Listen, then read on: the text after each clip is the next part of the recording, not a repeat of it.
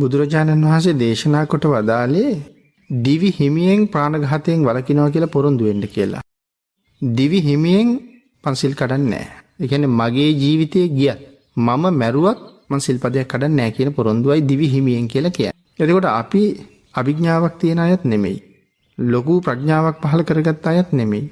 එහෙම පන්සිල් රකින්නවා කියලා හිතුවට අපිට පස්සේ මේ දිවි හිමියෙන් පන්සිල් සුරකින්නව නැත්නම් ප්‍රාණඝාතයෙන් වළකිනවා කියලා පොරොන්දු වෙලා ඉන්න කෙනා ඒ කාරණාවම දිගින් දිගට දියුණු කරලා විදර්ශනාවක් මට්ටමට ඒක දියුණු කරගත්තොත් ආන් එදාට ඔහුට පේන්න පටන් ගන්නවා මං මෙච්චරකල් සිල් රැක්කා කියලා හිතාගෙන හිටියට මං අතින් කොච්චර සිල් කැඩිලා තියෙනවද කියලා.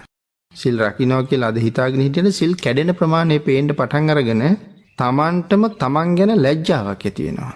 මම සිල් රකින්නවා කියලා හිතුවේ මේකටද කියලා. මෙච්චරකල් සිල් රකින්නවා කියලා කෙරුවේ මේකද කියලා. මොකද මගේ අතින් මම නොදැන කියලා කියහම කෙනෙක් තර්ක කරන්න පුළුවන් නොදැන කළා නම් අකුසල් නැහැනේ කියලා. නමුත් ඒක නොදැනම නෙමෙයි කෙරෙන්නේ. අපි ඒක උදාහරණයක් සඳහන් කරුවොත් මෙහෙම කෙනෙකුගේ හිසේ උකුණෝ ඉන්නවා. එයාට ඒක ලොකු කරදරයක්. සමහර වෙලාවට උකුණෝ අතින් ගන්නවා නම් අරගෙන විසි කරන අවස්ථාවක් තියෙනවා. සමහර අය වතුරෙත් දානවා අරගෙන. ඉතින් ඒ වතුරට දාපුවාම උකුණා මැරෙනවද නැද්ද කියන කාරණාව වෙනම තීරණය කරන්න. උකුණා මැරෙනවා නම් අපිට ඒක බලපානවා. උකුණා නොමැරෙනවා නම් ඉතින් ඒක බලපාන්නේ නැහැ. ඉතින් උකුණෝ අරන් අයින් කරන්න එපා කියලා දේශනාවක් කරන්නේ නැහැ. නමුත් අපි පාවිච්චි කරනවා බෙහෙත් වර්ග.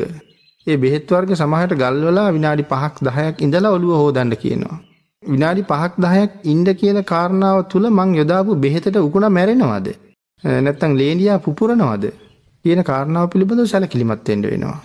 නමුත් අපි පන්සිල් රකින්නවා කියලා හිතාගෙන හිටියට සමහරට අර වගේ කාරණාවක් හිතන්නේ නැති වුණාට ඒකෙන් අකුසලයක් වෙනවා. මොකද උකුණා මැරෙන්නව නම් ඒ බෙහෙත යොදලා මට ඒ බෙහෙත යොදලා බෑ. නමුත් මට සිහි මදි හින්දා මං ඒ බෙහෙත පාවිච්චි කළා.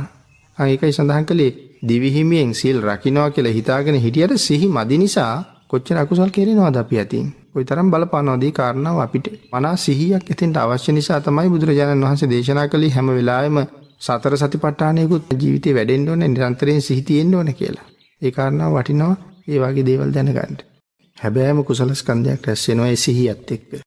මොකද රෑ දවල් දෙකේම මගේ කල්පනාවක් තියෙනවා මගේ සිල්පදයක් බිඳුනද. ඒක බුදුරජාණන් වහන්සේ දේශනා කරපු දෙයක් විවේක වේලාවක තමන්ගේ සිල් මෙනෙහි කරන්න කියන කාරණාව. දැන් අපි උදේ පන්සිල් සමාදන් වුණා හැන්දෑවේ නිදියහනට ගිහිල්ලා කල්පනා කරන්න පුළුවන් අද දහවල් කාලේ මගේ සිල් කොතනින් හරි කැඩුනද? සීලේ මෙනෙහි කරලා ආවර්ජනය කරලා බලනවා. හැඟුණොත් ඇත්තටම අහවලත් එක්ක කතා කර කර ඉන්න තැනින් අහවල් කාරණාව නිසා බේරීම උදෙසා මං කියාපු වචනය මුසාවක් වුණා වෙන්න පුළුවන් කියලා සැකයක් ආවොත් ඊටාම වටිනවා ඒ වෙලාවේ ආපහු සිල් සමාදන් වෙන එක.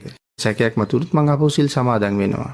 සැක නැතිනම් හරි සතුටුයි ඔහුට ආවර්ජනය කරන්න පුළුවන් වෙලා තියෙනවා. හැබෑවට මං ඉතින් බොරුවක් කියුන්නේ නැහැ අද. මේ සිල්පදයක් හානි වුන්නේ නැහැ මං අතින්. ඒ සතුට කොයිතරම්ද කියන කාරණාව සඳහන් කරන්න බැරි තරම්. මොකද ඒක රාජ්‍යයක් ලැබුණට වඩා වටිනවා. අටසිල් ගාවට එනකන් එනකොට භාග්‍යතුන් වහන්සේ දේශනා කරනවා මේ එක දවසක් එක 24 පැයක් හරියටම අටසිල් රකින්න පුළුවන් නම් ආන් ඒ දවසේ මං මගේ සංසාරයට ඇති කරගත්ත වටිනාකම මේ ඉරයි හඳයි දෙන්න ලෝකේ කාටවත් මිල කරන්න බෑ. ලෝකේ මිල කරන්න බැරි මේ වස්තුන් දෙක කොයිතරම් ලෝකෙට වටිනවද? සඳහන් කරනවා එක දවසක් පැය 24ක් හරියටම අටසිල් සමාදන් වෙච්ච පුජ්‍යලයා ඒ පුජ්‍යලයාගේ 12 කලාවෙන් එක කලාවක් තරම්වත් ඉරහඳ දෙකම වටින්නේ නැහැ කියලා. ඒ කියන්නේ 16කට බෙදලා ජීවිතෙන් කොටස් 16කට බෙදලා 12 කලාවෙන් එක කලාවක් තරම්වත් ඉරයි හඳයි වටින්නේ නැහැ. අටසිල් සමාදන් වෙච්ච පුජ්‍යලයා තරම් කියලායි සඳහන්. ඒ පුජ්‍යලයාගේ 12 කලාවෙන් එක කලාවක් තරම්වත් ඉරහඳ වටින්නේ නැහැ කියලායි දේශනා කළේ. ඉතින් ඊට වඩා ඒ කාරණාව වචන කරන්න මං හිතන්නේ තේරෙන්නේ නැහැ. ඉරහඳ නොවටිනවා කියලා කියහම මේ පුජ්‍යලයා තරම් උත්තරීතරයි කියලා බුදුරජාණන් වහන්සේ දේශනා කළේ. එක දවසක් අටසිල් රැකගන්න එක සක්විති රජකමට වඩා උතුම් කියලා දේශනා කළේ.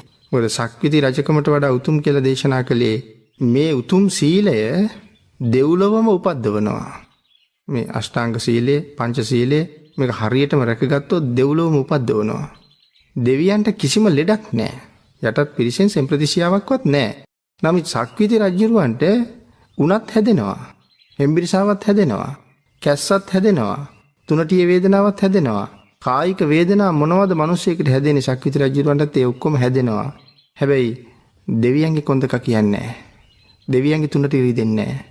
එහෙමනම් මේ එක දවසක් සීල් රැකපු ආනිසංසය සක්විති රජකමට වඩා වටිනවා කියලා දේශනා කළේ නිසා.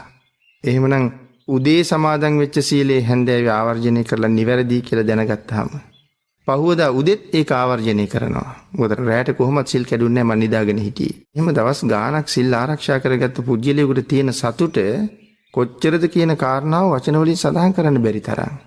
ඒ තරම්ම ශ්‍රේෂ්ඨයි සීලය කියලා බුදුරජාණන් වහන්සේ පැහැදිලි කළේ.